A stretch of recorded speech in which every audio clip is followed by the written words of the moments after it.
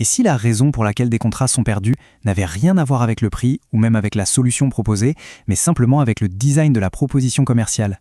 Ça peut paraître un peu fou dit comme ça, mais on va voir ensemble comment un simple document peut littéralement saboter une vente avant même que la première ligne ne soit lue.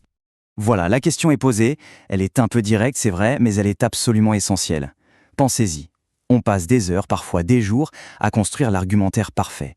Mais on oublie souvent que la toute première impression n'est pas basée sur les mots. Elle est 100% visuelle. Et cette impression, elle peut être fatale. Allez, on se lance. Pour bien décortiquer tout ça, et surtout pour trouver des solutions, voici notre plan de match. On va commencer par le problème, ce que j'appelle le double piège.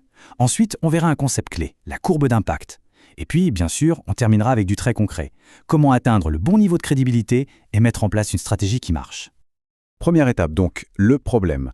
Et c'est un problème assez vicieux, un genre de piège à double détente.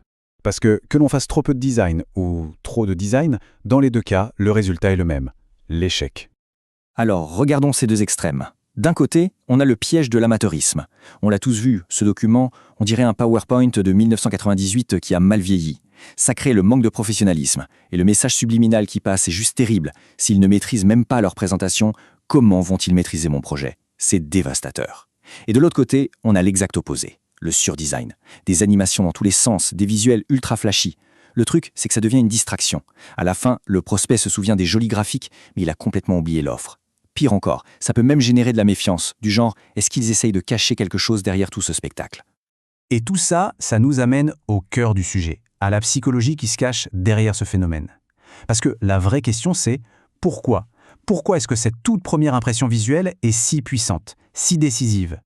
Eh bien la réponse, elle vient des neurosciences et franchement, elle donne le vertige. Le temps qu'il faut à un cerveau humain pour se faire une opinion sur l'attrait visuel d'un document, c'est 50 millisecondes. Je répète, 50 millisecondes. C'est littéralement plus rapide qu'un clignement d'œil. Le jugement est déjà fait, de manière quasi instantanée. Et ce jugement ultra rapide, il déclenche un biais cognitif très connu, l'effet de halo.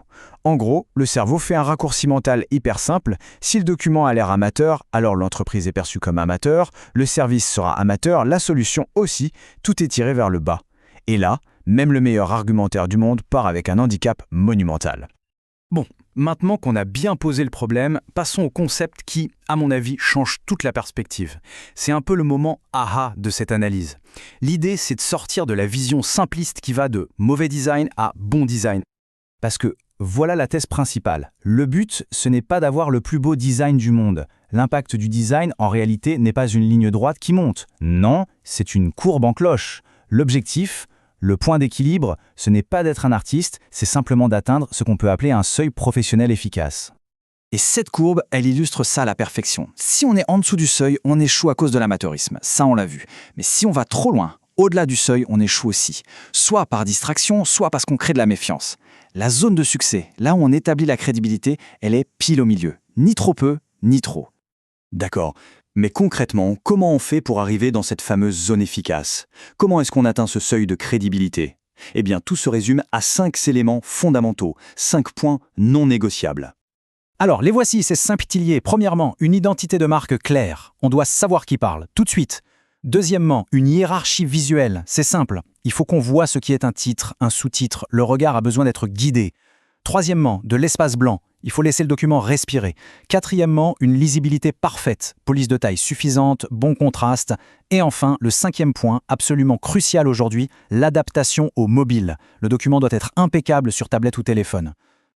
Et j'insiste sur ce point de l'espace blanc, ce n'est pas du vide, c'est un élément de design à part entière. Idéalement, ça devrait représenter 30 à 40% de la page. C'est ça qui donne au cerveau de l'oxygène cognitif pour respirer et absorber l'information sans se sentir agressé. Ok, une fois qu'on a franchi ce seuil de crédibilité, on peut aller un peu plus loin. Il y a 3 grands principes à garder en tête pour que le design ne soit pas juste correct, mais qu'il aide activement à conclure la vente. Ces principes permettent de rester dans la zone d'efficacité. La hiérarchie doit guider l'œil vers ce qui compte vraiment pour le client. La lisibilité, avec des paragraphes courts et des listes, c'est la clé pour que le message soit simple à digérer. Et le responsive, c'est fondamental, une expérience de lecture parfaite partout, sinon on risque de perdre une bonne partie des décideurs. Et attention, ce n'est pas juste une question de confort. C'est prouvé, une bonne gestion de l'espace blanc et des marges peut améliorer la compréhension du lecteur de près de 20%. 20%, C'est énorme. C'est comme si votre argumentaire devenait 20% plus percutant, juste grâce à la mise en page. J'adore cette citation, elle résume tout parfaitement. Le design, c'est l'assiette. La solution, c'est le plat. Dans un grand restaurant, on se souvient du plat délicieux, pas de l'assiette. Eh bien, c'est pareil. Le design doit être si bien fait, si efficace, qu'il en devient invisible. Il met en valeur la solution, et c'est tout. Si on se souvient de l'assiette, c'est qu'elle était soit moche, soit trop extravagante. Dans les deux cas, c'est un problème. Bien, maintenant qu'on a compris la théorie, parlons stratégie. Comment est-ce qu'on applique tout ça à grande échelle, pour toute une équipe commerciale, sans que ça devienne un casse-tête? Parce qu'il y a un non-sens économique de base ici. Le temps d'un commercial est une ressource extrêmement précieuse. Le faire passer des heures à aligner des blocs de texte et à choisir des polices, c'est un gaspillage monumental. Ce n'est pas son métier, et chaque minute passée là-dessus est une minute non passée à vendre. La solution classique, les fameux templates fournis par le marketing, est souvent une fausse bonne idée. Ça mène à 2 scénarios, et les 2 sont perdants. D'abord, le carcan rigide. Le vendeur a peur de tout casser, alors il n'y touche pas. Résultat, une proposition générique sans âme. L'autre scénario, c'est le Frankenstein. Le vendeur essaie de bricoler le template, y passe un temps fou, et le résultat est un monstre visuel qui décrédibilise l'entreprise. Alors, quelle est la vraie solution? Celle qui peut fonctionner à grande échelle. C'est l'automatisation. Le principe est simple. On sépare la forme du fond. On laisse le commercial faire ce qu'il fait de mieux, se concentrer à 100% sur l'argumentaire, sur la personnalisation. Et on laisse la technologie gérer à 100% le design pour garantir un résultat toujours impeccable et cohérent. Au final, on arrive à cette question essentielle. La question, ce n'est plus de se demander « est-ce que le design est important ?» On sait que la réponse est oui. La vraie question stratégique, c'est comment le professionnaliser à grande échelle sans pour autant brûler notre ressource la plus chère, le temps de nos vendeurs. C'est un arbitrage à faire entre le temps gaspillé à aligner des pixels et les contrats qui pourraient être gagnés à la place.